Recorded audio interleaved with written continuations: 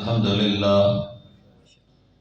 لله نحمده ونستعينه ونستغفره ونؤمن به ونتوكل عليه ونعوذ بالله من شرور أنفسنا ومن سيئات أعمالنا من يهده الله فلا مضل له ومن يضلله فلا هادي له ونشهد أن لا إله إلا الله وحده لا شريك له ونشهد أن سيدنا وسندنا وشفيعنا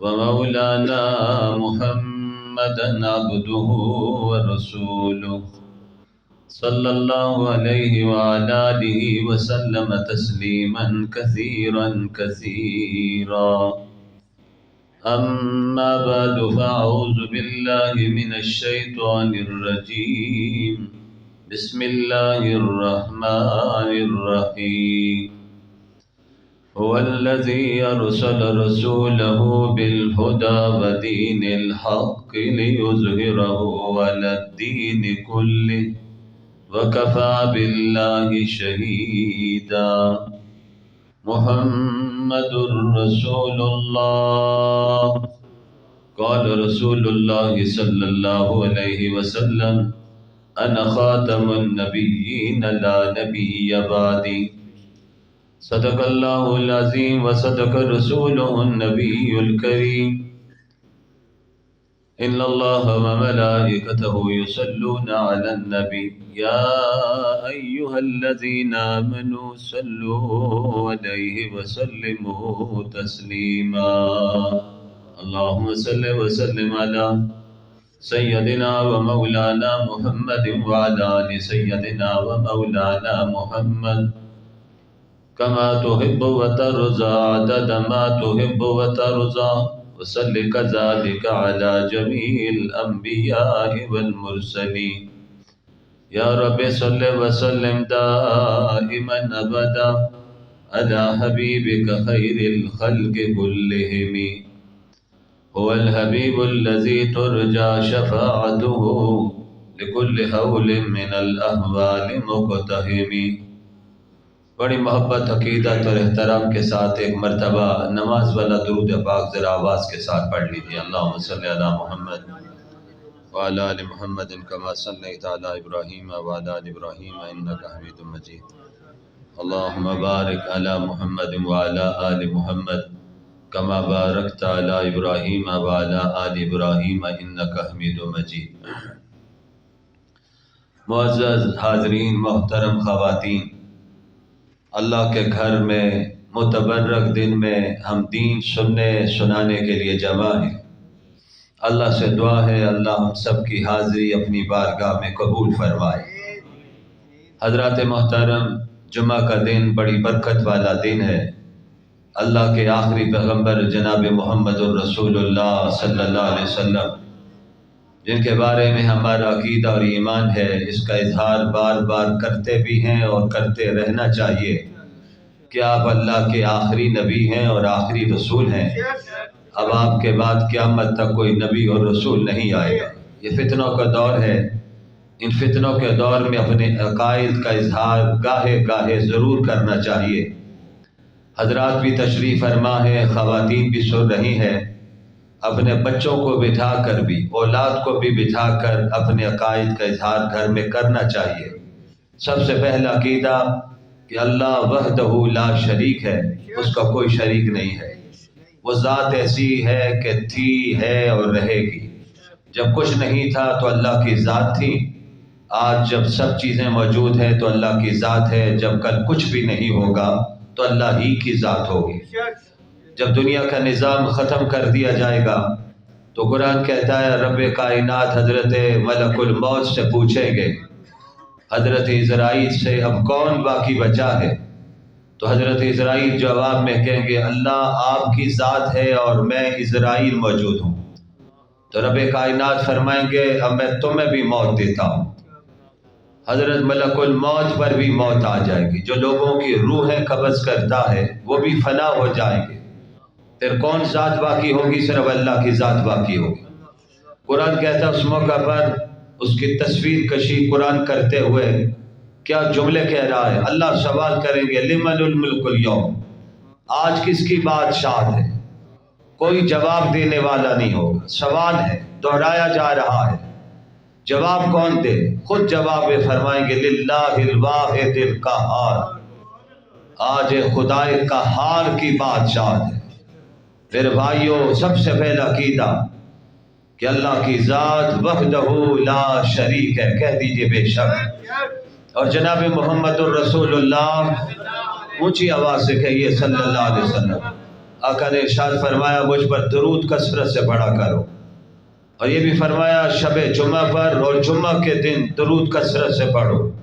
شب جمعہ جو گزشتہ رات ہماری گزری، رات کا آغاز کب ہوتا ہے؟ جیسے مغرب کی اذان ہو گئی، آغاز ہے۔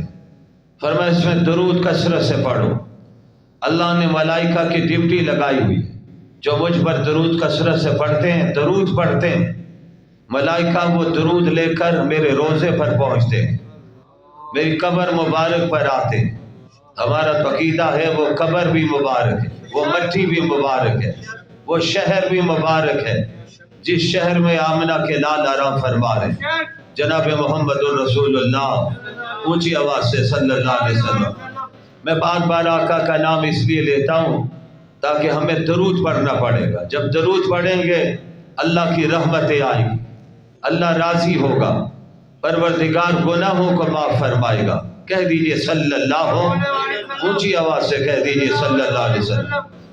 آقا نے فرمایا جو مجھ پر درود پڑھے گا کثرت کے ساتھ شب جمعہ پر، جمعہ کا دن، ابھی یہ جمعہ کا دن مغرب کی اذان کے ساتھ ختم ہوگا، اس میں دو چیزیں یاد رکھیے۔ ایک گھڑی اللہ نے چھپا دی جو قبولیت کی گھڑی ہے، اس گھڑی کے بارے میں یہ نہیں بتایا کہ عصر کے بعد ہے یا جمعہ کی نماز کے بعد ہے یا خطبوں کے درمیان ہے۔ فرمایا بس تلاش کرو، ایمان والو تلاش تم کرو، عطا ہم کر دیں گے، تھوڑی سی محنت کر لو۔ اللہ کے کریم کہتے ہیں اس موقع پر قبولیت کی گھڑی میں جو دعا کی جائے گی اللہ اس دعا کو قبول فرما دے گا۔ یہ کون فرما رہے ہیں؟ جناب رسول اللہ صلی اللہ علیہ وسلم۔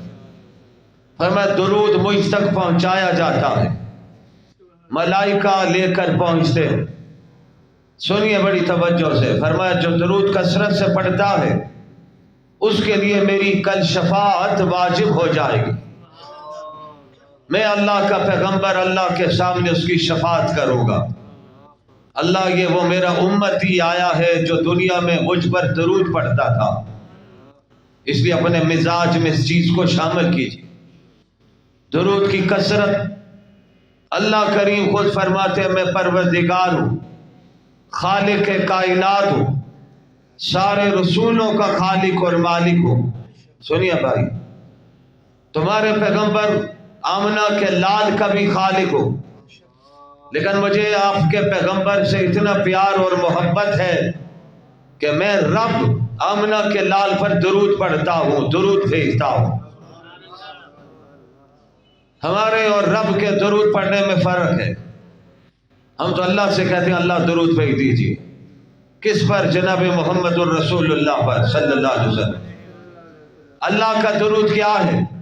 اس کے لیے مختلف اقوال ہیں۔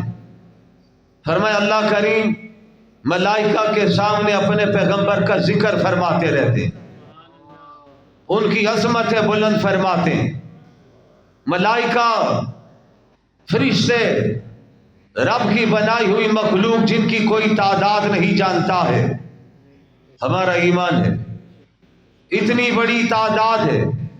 یہ بھی سنیے کہ نبی پاک صلی اللہ علیہ وسلم نے فرمایا، حدیث ہے، فرمایا میری قبر پر صبح کے وقت 70,000 فرشتے آتے ہیں، شام کے وقت 70,000 فرشتے آتے ہیں، درود پڑھ کر سلام پڑھ کر گزر کر جاتے ہیں۔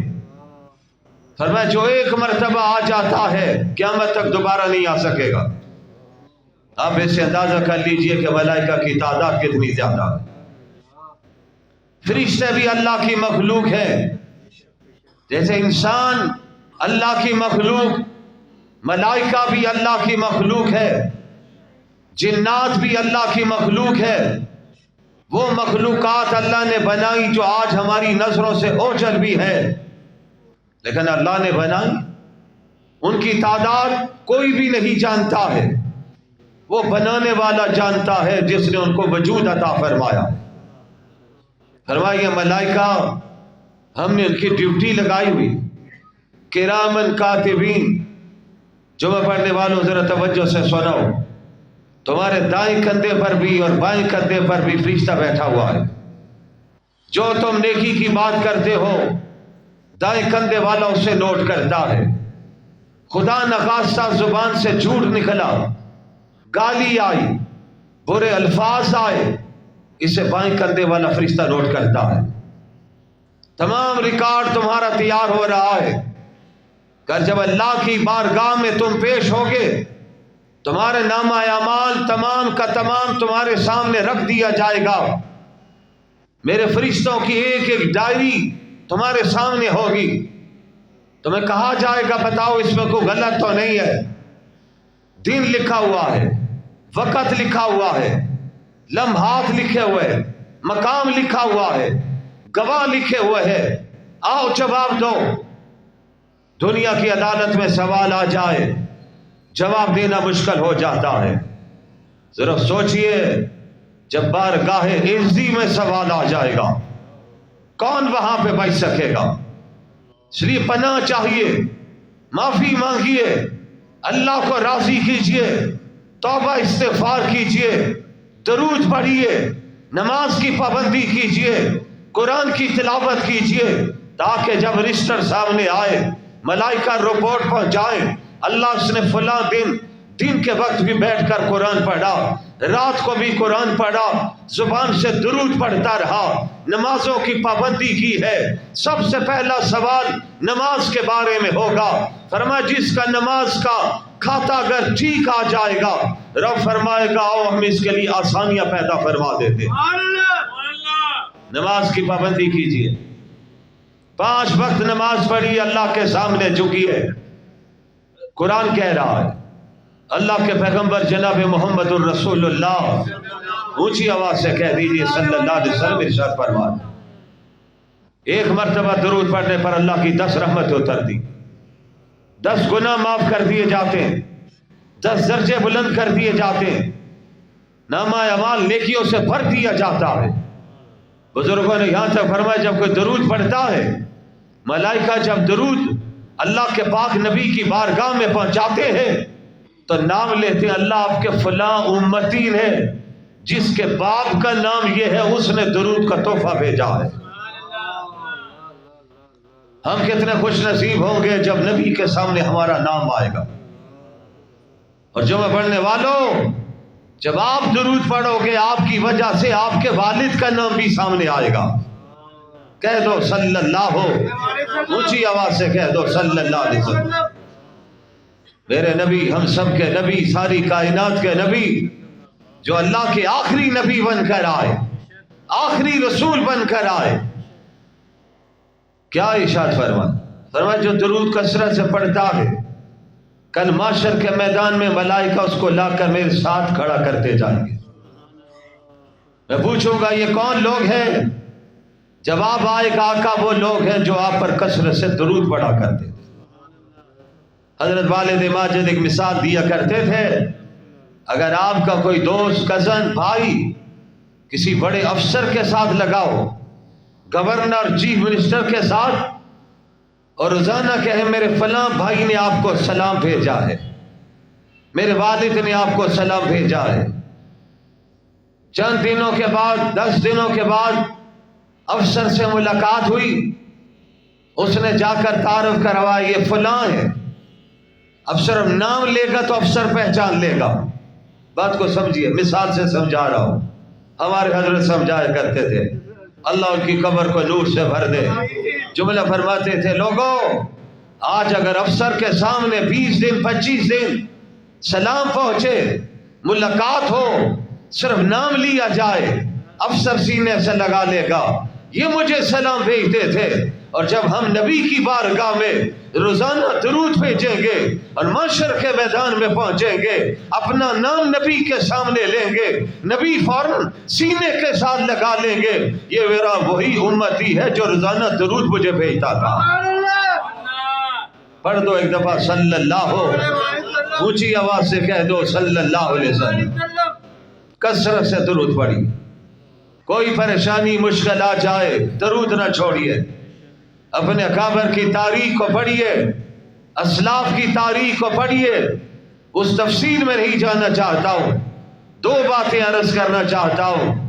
پہلی بات، درود کثرت سے پڑھیے، شب جمعہ پر بھی اور جمعہ والا دن بھی، اور جمعہ والا دن عصر کی نماز کے بعد نماز مکمل ہو جائے، اپنی جگہ اٹھنے سے پہلے جو درود شیخ الحدیث حضرت مولانا زکریا نے نقل فرمایا ہے، اس درود کو پڑھ کر اٹھیے، 80 مرتبہ پڑھیے، بڑا اللہ نے اجر رکھا ہے، ثواب رکھا ہے، نبی کا قرب مل جائے گا۔ اور جن سے کہتا ہوں اگر ان کی زبان پر یہ درود نہیں چڑھتا ہے، اس مجلس میں بیٹھے رہیے، نمازی درود پڑھتے رہیں گے، اور جب درود پڑھیں گے، درود پڑھنے والوں پر اللہ کی جب رحمت آئے گی، اس رحمت کے قطرے ساتھ بیٹھنے والے پر بھی پڑ جائے گی۔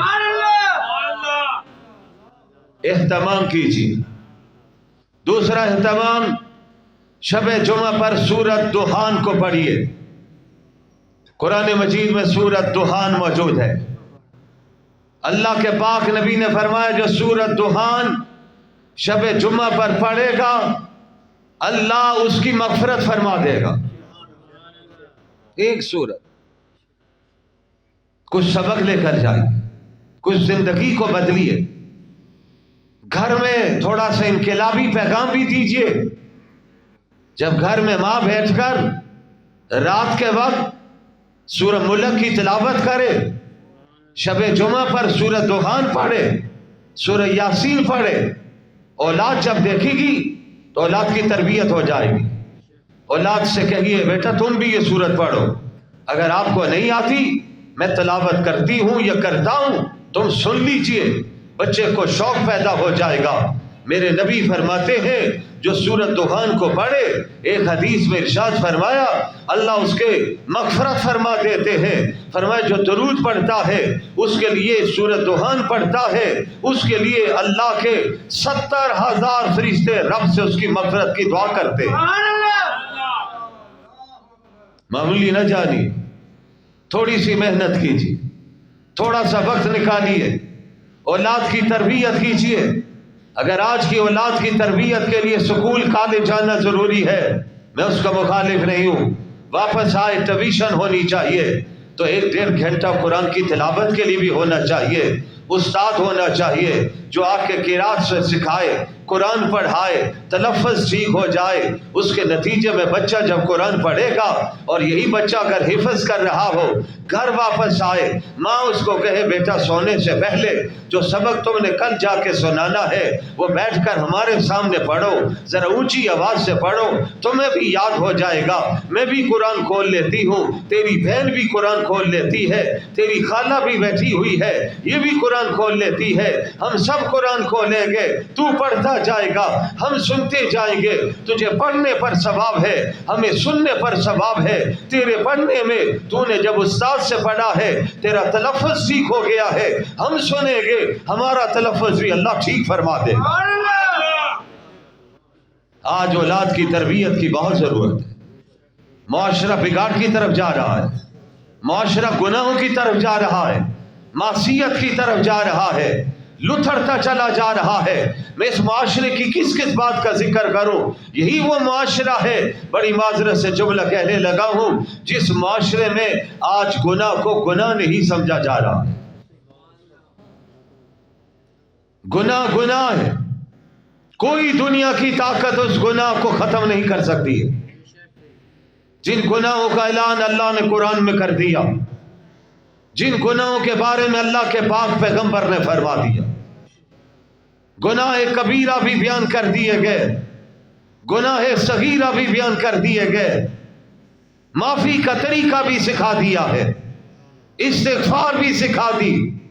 فرمایا گناہ ہو جائے فوراً 2 رکعت پڑھ، سجدے میں پڑھ، استغفار کر، اللہ سے معافی مانگتا جا، صدق کے دل سے معافی تو مانگے گا، رب کہتا ہے گناہوں کو میں معاف کر دوں گا۔ لیکن گناہ کبیرہ کے بارے میں اس کو بھی ذرا پڑھیے، اس کی معافی کے لیے حدود بھی رکھی ہے، پہلے حد جاری ہوگی پھر معافی ہوگی۔ میرے دوستوں بھائیوں، دین سمجھیے، دین بہت آسان ہے۔ جو جناب محمد الرسول اللہ، ذرا اونچی آواز سے کہہ دیجئے صلی اللہ علیہ وسلم کے کر، آپ نے صحابہ کی تربیت فرمائی، ایسی تربیت فرمائی کہ دنیا بھر سے حیرت میں پڑ گئے۔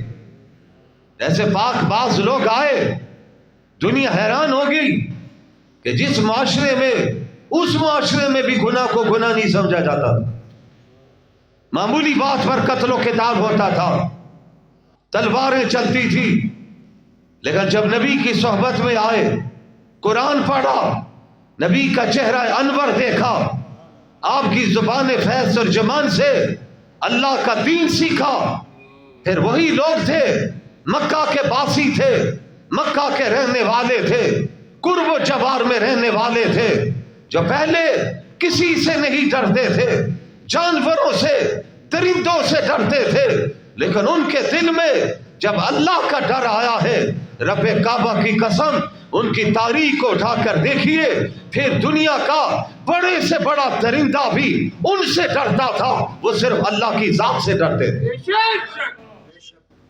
یہ سب سے بڑا انقلاب تھا۔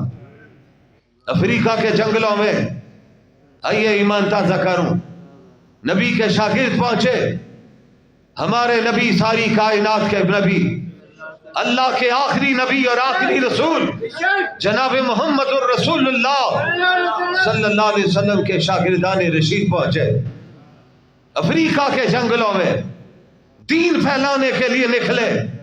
وہ کہاں کہاں پہنچے، آج ان کی قبریں افغانستان میں موجود ہے، ان کی قبریں دمشق میں موجود ہے، ان کی قبریں ہندوستان میں موجود ہے، ان کی قبریں سکھر میں موجود ہے۔ انہوں نے نبی کا دین سنا ہے، انہوں نے کہا پوری دنیا میں پہنچانا ہے۔ اور مجھے کہنے دیجئے، آج اگر کوئی دین بیان کرتا ہے، کوئی مسجد میں بیٹھ کے بیان کرے، کسی مجلس میں بیٹھ کے بیان کرے، پندال میں بیٹھ کے بیان کرے، تو رب کعبہ کی قسم اس کا ثواب نبی کے شاگردوں کو پہنچ رہا ہے، صحابہ کو پہنچ رہا ہے، اہل بیت کو پہنچ رہا ہے، جن کی محنتوں کے نتیجے میں ہم مسلمان ہیں، کلمہ پڑھتے ہیں، قرآن پڑھتے ہیں، دین کی بات کرتے ہیں، نماز پڑھنے کے لیے آتے ہیں۔ اگر وہ محنتیں نہ کرتے، آج اسلام کیسے پھیلتا؟ اسلام پھیلا ان کی وجہ سے ہے۔ آج اگر آگے اسلام نہیں جا رہا، اس میں قصور میرا اور آپ کا ہے۔ ہم نے عملی زندگی دنیا کو نہیں دکھائی، صحابہ نے عملی زندگی دکھائی تھی۔ افریقہ کے جنگلوں میں جب پہنچے، شام کا وقت ہو رہا ہے، افریقہ کے لوگوں نے کہا آنے والوں جنگل کو خالی کرو، رات کو درندے آتے ہیں، یہاں پہ پھاڑ کے رکھ دیتے ہیں، چیر کے رکھ دیتے ہیں، کسی کا لحاظ نہیں کرتے ہیں، تم مسافر ہو ورنہ تمہاری لاشیں دن کے وقت یہاں پر پڑی ہوگی۔ انہوں نے کہا تم نے درندوں کو دیکھا ہوگا، گزندوں کو دیکھا ہوگا، آؤ آج تمہیں ہم بتانا چاہتے ہیں ہم کس کے شاگرد ہیں۔ جس استاد سے ہم نے پڑھا ہے، اس استاد نے ہمیں ایک سبق دے دیا تھا، تم خدا کے بن جاؤ گے، خدا ساری کائنات تمہاری بنا دے۔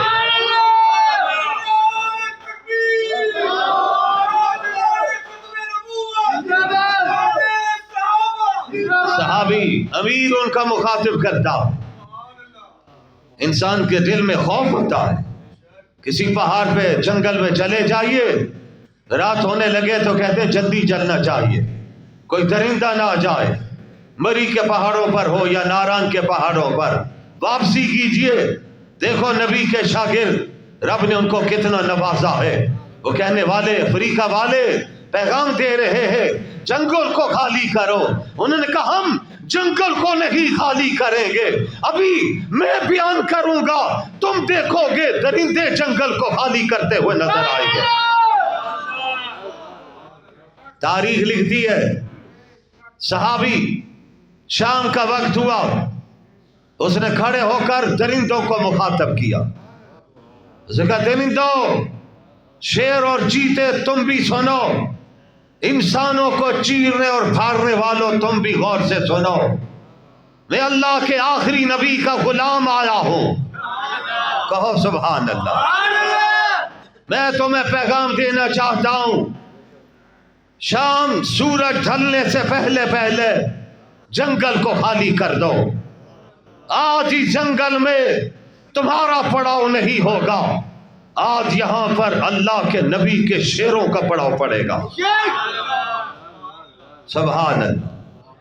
تاریخ لکھتی ہے نبی کے شاگرد جس نے اللہ کے آخری نبی سے دین سیکھا، قرآن پڑھا، نبی کی زیارت کی ہے، نبی کے ہاتھ پر بیعت کی ہے، جس نے نبی کے پیچھے کھڑے ہو کر نماز پڑھی ہے، نبی کے جمعہ کا خطبہ سنا ہے، بیان کیا ہے، دنیا دیکھ کر حیران ہو رہی ہے۔ سانپ اپنے بچوں کے ساتھ جنگل سے باہر نکل رہا ہے، شیر اپنے بچوں کے ساتھ جنگل خالی کر رہا ہے، ہاتھی باہر کی جانب، ان جنگل کے درندوں نے بھی اعلان کیا ہے، او نبی کے شاگرد، تو اگر نبی کا غلام بن کر آیا ہے تو آج ہم تمہارے غلام بننے کا اعلان کرتے ہیں۔ اس دور میں درندے بھی نبی کے غلاموں کا حکم مانتے تھے، ان کا ڈر اور خوف ان پر طاری تھا، لیکن آج مسلمان کتنی بڑی تعداد میں، لیکن آج کسی مسلمان حکمران کا ڈر کسی کافر کے دل میں نہیں ہے، بلکہ کافروں کا رعب مسلمانوں کے دلوں پر چھایا ہوا ہے۔ آؤ آج نبی کی غلامی اختیار کرو، رب کعبہ کی قسم ساری دنیا کا کفر تمہارا نام سن پر کانپے گا۔ وہ بھی تو دور تھا، انگریز مستشرق نے کہا تھا اگر نبی کا شاگرد عمر فاروق 10 سال اور زندہ رہتا تو پوری دنیا پر صرف اور صرف آخری نبی کا ختم نبوت کا پرچم لہراتا ہوا نظر آتا۔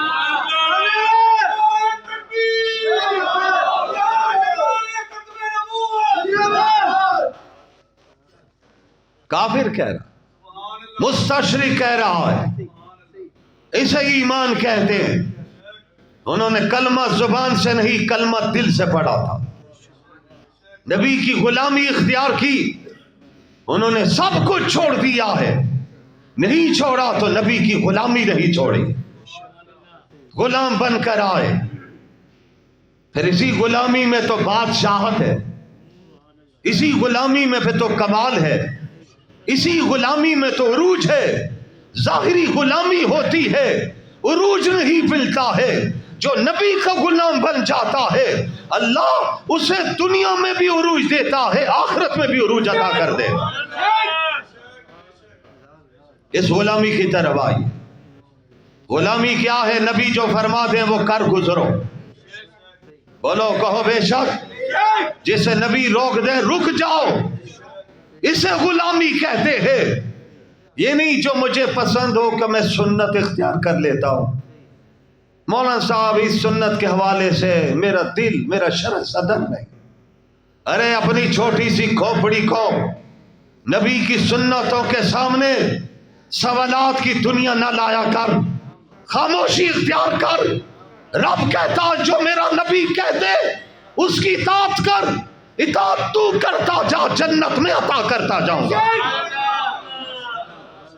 آج فلسفے کی دنیا، فلسفی آ کر کہتے، علامہ اقبال بھی آئے تھے جرمن سے، برطانیہ سے پڑھ کر فلسفے میں ماسٹر کی ڈگری لی، فلسفے کا انداز لے کر آئے۔ ان کے اشعار پڑھ لیجئے، ان کی نظمیں پڑھ لیجئے۔ علامہ اقبال کی زندگی میں انقلاب اس دن آیا ہے جس دن علامہ اقبال نے آمنہ کے لال کی غلامی اختیار کی تھی۔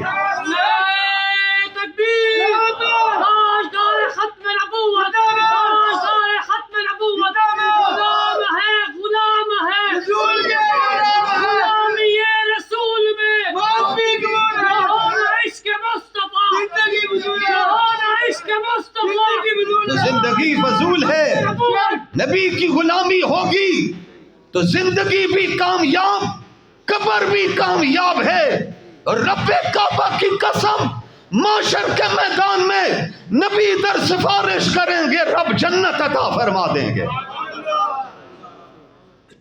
علامہ اقبال جمعہ پڑھنے والوں، جس کو جب ملنے والا وہ وقت کا ولی ملا تھا، جسے دنیا علامہ انور شاہ کے نام سے جانتی ہے، اسی لاہور میں آ کر علامہ اقبال کے پڑوس میں پڑاؤ ڈالا تھا.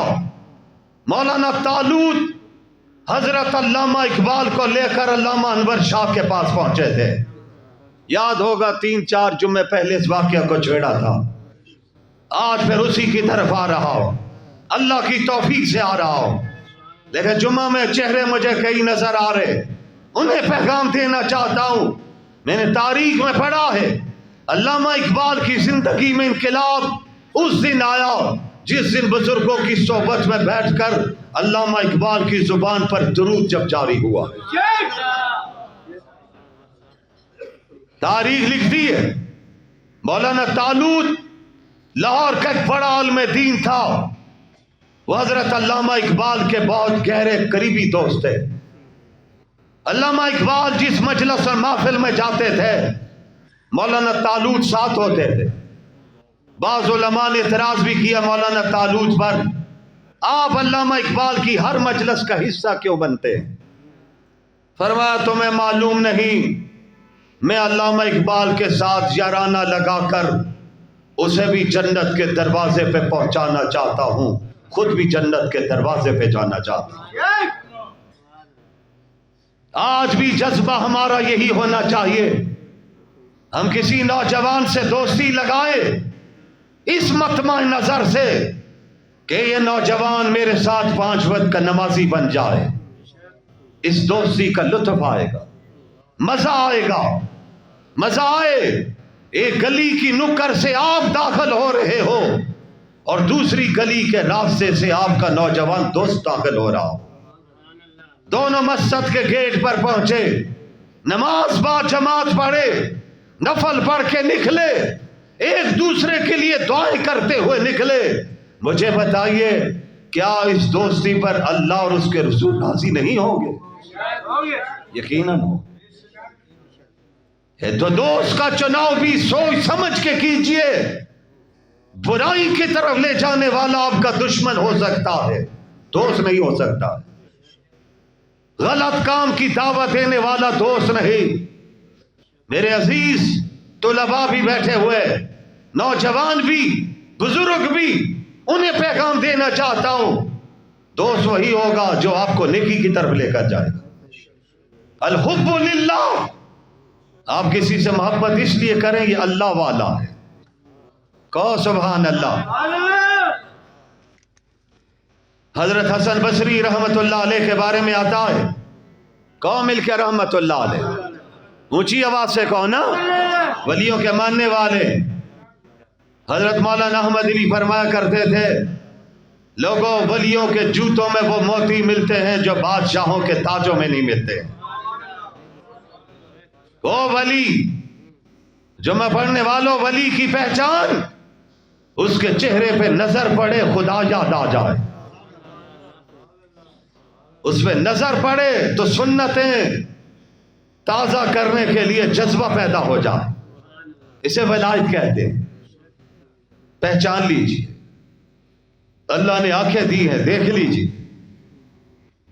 حضرت حسن بصری رحمت اللہ علیہ یہ ولایت، یہ پیری فقیری کا نظام چلا ہے تو نبی کے 2 شاگردوں کو اللہ نے چنا ہے.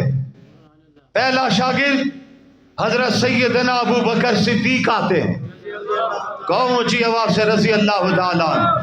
صحابی کا نام آئے تو بڑے ادب سے کہنا چاہیے رضی اللہ تعالیٰ. صحابہ وہ ہیں جن سے اللہ کے محبوب بھی راضی اور اللہ بھی راضی ہے. بولو. اس لیے ہمارا عقیدہ ہے ہر صحابی جنتی ہے. اونچی آواز سے بے شک. جب میں صحابی کہوں گا تو اہل بیت بھی ان میں شامل ہے. اور صحابی کی ڈیفینیشن ذہن میں رکھیے. صحابی کس کو کہتے ہیں؟ جس نے ایمان کی حالت میں آمنہ کے لال کے چہرے کا دیدار کیا ہو اور ایمان پر موت ہوئی ہو اسے صحابی کہتے ہیں۔ ہمارا ایمان ہے نبی کا ہر صحابی جنتی ہے، وہ آج جنت کی بہاریں لوٹ رہے ہیں۔ اللہ سب کو مدینہ لے جائے، آمین کہہ دو اونچی آواز سے۔ مدینہ میں جا کر جائیے، پھر ریاض الجنہ سے نکلتے ہوئے نبی کی بارگاہ میں سلام پیش کرتے ہوئے پھر جائیے جنت البقیع کی طرف، جہاں پر تاریخ لکھتی ہے میرے نبی کے 10,000 سے زیادہ صحابہ مدفون ہیں۔ کتنی بڑی تعداد ہے۔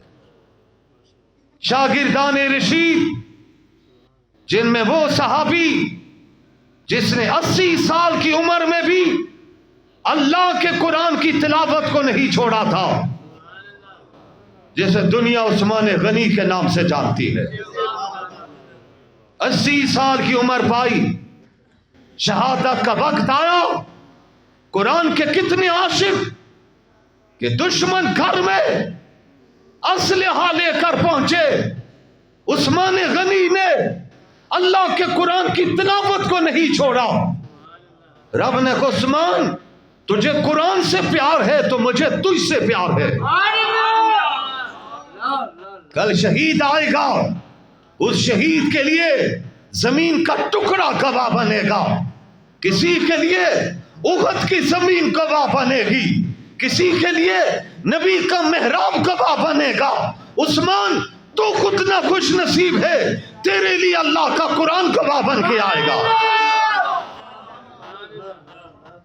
آج بھی ترکی میں جائیے، استنبول میں وہ قرآن محفوظ ہے جس پر حضرت عثمان غنی کا آخری وقت میں خون گرا تھا۔ فَسَيَكْفِيكَهُمُ اللَّهُ، قرآن پڑھتے ہوئے جان آفرین کے سپرد کر رہے ہیں۔ 10,000 صحابہ کرام اس عظیم قبرستان میں مدفون ہے جن کے بارے میں میرے نبی نے حضرت ام قیس سے فرمایا تھا، فرمایا سن یہ قبرستان پیالہ نما ہے، جب یہ بھر جائے گا تو اللہ فرشتوں کو حکم دیں گے فرشتوں اس کو الٹا دو، جب الٹائیں گے تو یہ سارے کے سارے جنت میں پہنچ جائیں گے۔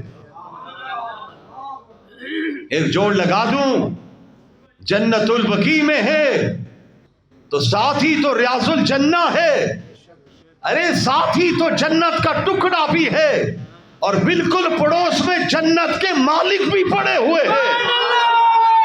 کیا جملہ کہہ رہا ہوں؟ آمنہ کے لال بھی پڑے ہوئے، قبر بھی وہیں بنتی ہے جس مٹی سے خمیر لیا جاتا ہے۔ آئیے پیروں فقیروں کی بات کرنے لگا ہوں۔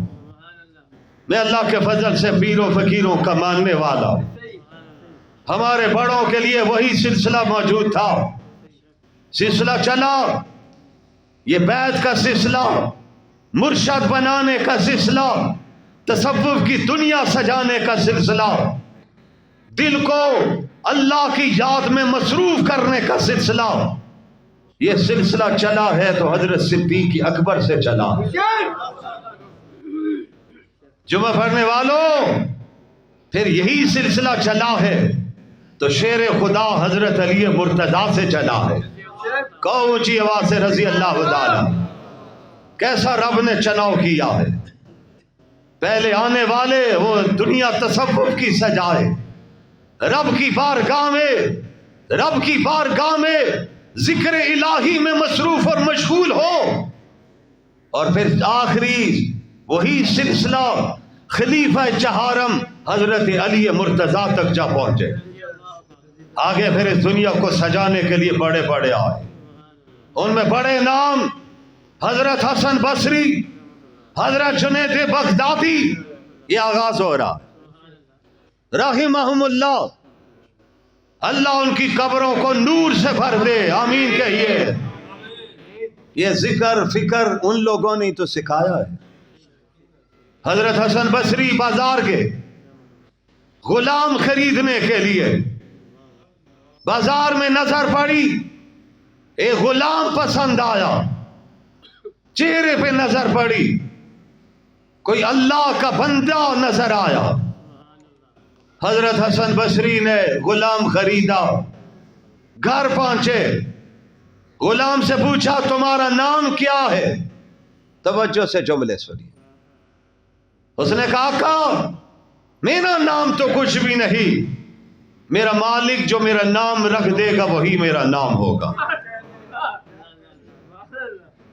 سمجھیے، یعنی آپ جو نام رکھیں گے، کیونکہ میں آپ کا غلام بن چکا ہوں، میں آپ کو اختیار دیتا ہوں، میرا نام آپ رکھ لیجئے، جو میرا نام آپ رکھیں گے آج کے بعد وہی میرا نام ہوگا۔ کہا کھانے میں کیا پسند کرتے ہو؟ میں نے کہا آقا غلام ہو اور اپنی پسند بتائے، جو آقا کھلا دے گا غلام وہ کھا لے گا۔ تیسرا سوال کیا حضرت حسن بصری، فرمایا بتاؤ کپڑا کون سا پہنتے ہو؟ آقا اس میں بھی اختیار آپ کا ہے، جو آپ کپڑا دے دیں گے غلام وہ پہن لے گا۔ حضرت حسن بصری نے جواب سنے، وجد میں آ گئے، آنسو بہنے لگ گئے، رونے لگے، فرمایا غلام تو نے آج میری بند آنکھوں کو کھول دیا ہے، تو نے مجھے طریقہ سکھا دیا ہے کہ رب کی غلامی کیسے ہوگی، رب جس پہ راضی ہوگا حسن کو وہی راستہ اختیار کرنا ہے، تو غلام تو نہیں ہے، تو استاد بن کر آیا ہے۔ آقا کی غلامی، ہم سب غلام کس کے؟ جناب رسول اللہ کے۔ آقا فرما دے یہ کام کرو تو کام کر دیجیے، آقا روک دے تو کام چھوڑ دیجیے۔ کہو انشاءاللہ، اونچی آواز سے کہو انشاءاللہ۔ یہ ہے نبی کی سیرت، یہ حضرت حسن بصری کا پیغام، یہ آپ کی دعوت کہ غلام کا کام کیا ہے، کہ زبان پر جملہ ہے کہ میں ابھی آپ کو بتاتا ہوں میں کھانے میں کیا پسند کرتا ہوں۔ جمعہ پڑھنے والوں، پڑھنے والیوں، اللہ جو رزق دے دے اس پہ شکر ادا کرو،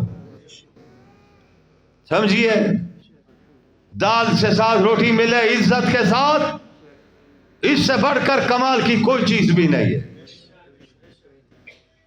ہر موقع پر رب کا شکر ادا کرو، اللہ اس میں راضی ہوتا ہے، خوش ہوتے ہیں۔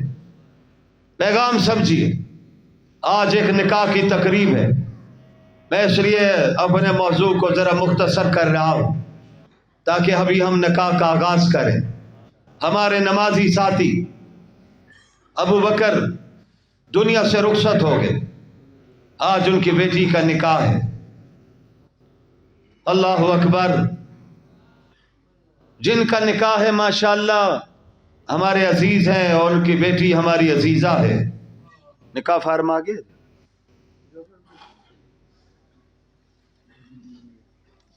ٹھیک ہے،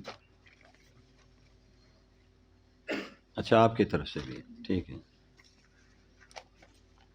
تو حضرات محترم ماشاءاللہ دو نکاح ہیں، دیکھیے دین کی طرف لوٹیے۔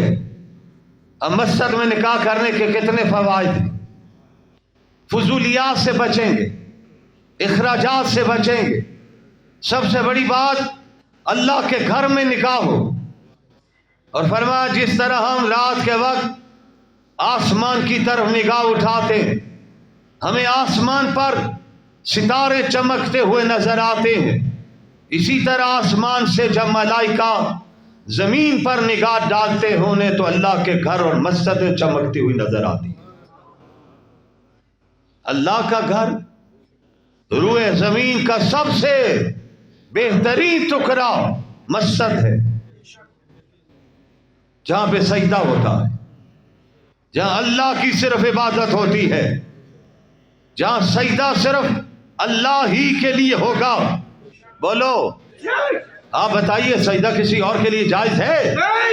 سجدے کے قابل صرف ایک ذات ہے، اس کا بڑا پیارا نام ہے، بہت پیارا نام ہے، آواز ابھی بھی نہیں آئی، دل سے کہیے، ذرا اس کو یاد کیا کریں، خلوت میں بھی اور جلوت میں بھی۔ تہجد کا وقت ہو اس وقت اٹھ کر اپنے رب کو یاد کیجئے۔ میں نے تو تفاسیر میں پڑھا ہے کہ دعا قبول نہ ہو رہی ہو تو تہجد کے وقت اٹھ کر مانگیے۔ اللہ پاک نے تہجد کے وقت میں دعا کی قبولیت رکھی ہوئی ہے، اس لیے میرے آقا نے فرمایا اگر تہجد کے لیے اٹھنا یقینی ہو تو پھر وتر تہجد کے ساتھ ادا کرو، اور خطرہ ہو نیند آ جائے گی پھر پہلے ادا کر دیجیے۔ لیکن راتیں بڑی لمبی ہے، موبائل رکھا ہوا ہے، اسی موبائل پر 4:30 بجے 5 بجے کا الارم لگا دیجیے۔ 5 بجے الارم لگے، مزہ آئے، میرا نوجوان میرا بزرگ اٹھے، اس وقت رب کے سامنے ہاتھ باندھ کر کھڑا ہو جائے، زیادہ نہ صحیح 2 رکعت پڑھ لے، 2 رکعت تہجد پڑھ کے اپنی حاضری لگوا لے، حاضری لگ جائے، دفتر میں حاضری لگتی رہے، فائل ورک نہ بھی ہو تنخواہ پکی ہو جاتی ہے، رب کی بارگاہ میں حاضری لگتی رہے، تہجد پڑھتے رہو، جنت پکی ہو جائے۔ تہجد کا وقت، اس وقت اللہ کو پکاریے، مناجات کیجئے۔ حضرت یعقوب علیہ السلام کے بارے میں آتا ہے جب حضرت یوسف گم ہوئے تو اتنے روئے کہ نظر چلی گئی، اور جب پتہ چلا کہ میرا بیٹا تو مصر کا بادشاہ، تو اللہ کا پاک پیغمبر بول پڑے، بتانے والوں یہ مجھے نہ بتاؤ کہ بادشاہ ہے، یہ بتاؤ میرے یوسف کا دین کیا ہے۔ اصل دین ہے، اصل اسلام ہے۔ حضرت یعقوب کے سامنے صاحبزادگان نے جواب دیا، ابا جان مبارک ہو، پہلی خوشخبری بادشاہت۔ فرمایا کوئی خوشخبری نہیں، مجھے پہلی بات بتاؤ میرے بیٹے کا دین کیا ہے۔ جواب آیا، ابا جان ہم حضرت یوسف کو مصر کی سلطنت کا بادشاہ بن کر سجا ہوا دیکھ کر آئے، لیکن آپ نے جب سوال کیا ہے اس کا جواب یہ ہے حضرت یوسف حضرت یعقوب اور حضرت ابراہیم کے دین پر قائم ہے۔ فرمایا خدا کی قسم مجھے بادشاہت کا سن کر خوشی نہیں ہوئی جتنی خوشی مجھے اپنے بیٹے کے دین پر قائم ہونے کی ہوئی ہے۔ حضرت یعقوب نے حضرت یوسف سے پوچھا تھا، بتاؤ بھائیوں نے کیا کیا تھا؟ تو حضرت یوسف نے بڑے پیارے لہجے میں کہا، ابا جان کا غصہ ٹھنڈا کرنے کے لیے کیا پیارا جملہ کہا ہے، سوال بھی نبی کر رہا ہے، جواب بھی نبی دے رہا ہے، باپ بھی نبی ہے، بیٹا بھی نبی ہے۔ والد کو یقیناً غصہ تو تھا، اتنا عرصہ رلایا، آنکھیں ضائع ہو گئی، تو پوچھا یوسف یہ بتاؤ بھائیوں نے کیا کیا ہے۔ حضرت یوسف نے غصہ ٹھنڈا کرنے کے لیے جملہ فرمایا، ابا جان مجھ سے یہ نہ پوچھئے لوگوں نے اور بھائیوں نے کیا کیا ہے، مجھ سے یہ پوچھئے میرے رب نے کیا کیا ہے۔ میرے رب نے تو مجھے پستی سے نکال کر بلندیوں پر پہنچا دیا ہے، پھر میرے رب نے مجھ پر فضل کیا کہ میرے رب نے مجھے دین ابراہیم پر قائم رکھا ہے، دین یعقوب پر قائم رکھا ہے۔ حضرت یوسف نوجوان بزرگ بھی بیٹھے ہوئے، ہمارے دوسرے ساتھی ابھی نہیں پہنچے، آئے ہوئے ہیں۔ محسن صاحب کو دیکھیں بھائی، عابد صاحب اس کے فارم لائے، محسن صاحب سے کہیں۔ حضرات محترم آئیے ذرا ایمان تازہ کرنے کے لیے چند جملے سیرت کے ادا کرنا چاہتا ہوں۔ ہمارا کوئی بیان اس وقت تک مکمل نہیں ہوگا جب تک آقا کی سیرت کا ذکر نہیں ہوگا۔ جب تک جناب رسول اللہ، ذرا اونچی آواز سے کہہ دو، میں نے ابتدا ہی درود سے شروع کیا، آج وعدہ کر کے اٹھو انشاءاللہ درود کثرت سے پڑھیں گے، اونچی آواز سے کہو انشاءاللہ۔ ہمارے تبلیغی حضرات کہتے ہیں بزرگوں دوستو ارادہ کر لیجئے، ارادہ کرنے پر بھی اللہ نیکی عطا فرما دیتے۔ دیکھیں وہ رب کتنا کریم ہے، اگر نیکی کا ارادہ کیا تو اللہ کہتا ہے اس کی نیکی لکھ لو، اگر برائی کا ارادہ کیا ہے رب کہتا ہے نہیں لکھنا ہے، بلکہ فرمایا جب برائی کر بھی گزرتا ہے رب کہتا ابھی بھی نہ لکھو، ابھی معافی مانگ لے گا، تمہیں لکھنے کی ضرورت نہیں، میں معاف کر دوں گا۔ میرا رب کتنا مہربان ہے، کتنا کریم ہے۔ تو آئیے حضرت محمد الرسول اللہ صلی اللہ علیہ وسلم کی شان میں حضرت یوسف کو رب نے حسن دیا، قرآن اس کا ذکر کرتا ہے۔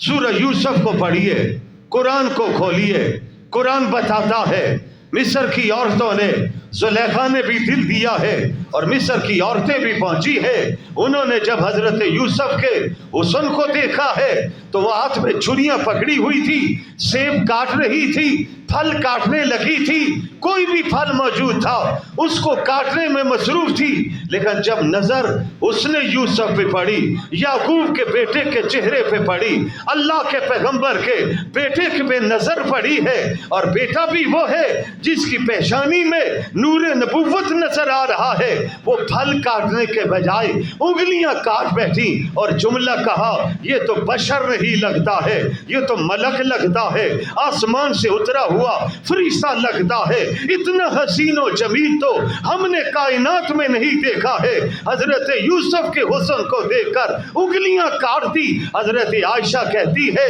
انہوں نے تو حسن یوسف کو دیکھ کر انگلیاں کاٹی تھی، ادھر بھی تو آ کے دیکھو جنہوں نے میرے شوہر کو دیکھا ہے انہوں نے پہلے کلمہ پڑھا ہے بعد میں گردنیں کٹوا دی ہے۔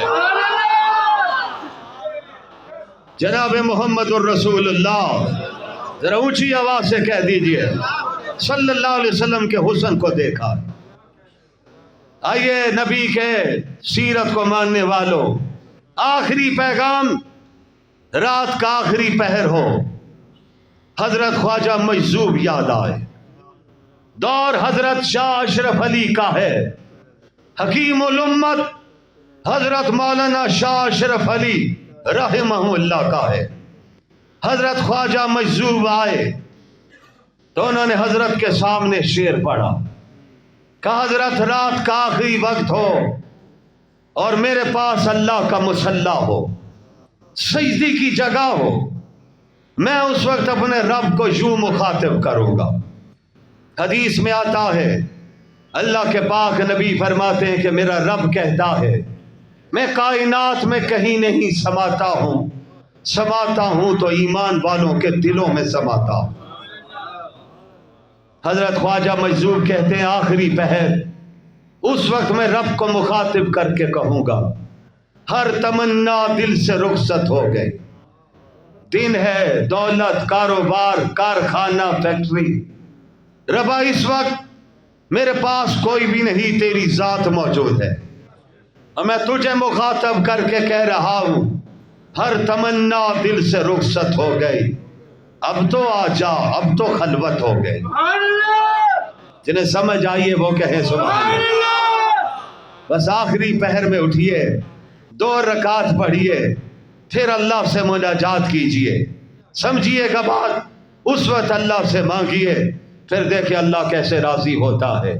دین کے ساتھ جڑیے، دینی ماحول کے ساتھ جڑیے، درس قرآن میں بیٹھیے، دین کی باتیں سن کر آگے پھیلانے والے بن جائیے۔ حضرت شاہ اشرف علی نے جب یہ شعر سنا تو زبان پر جملہ آیا میرے پاس اگر 1 لاکھ روپیہ ہوتا تو میں آپ کو انعام دے دیتا۔ اللہ مجھے آپ کو عمل کی توفیق عطا فرمائے۔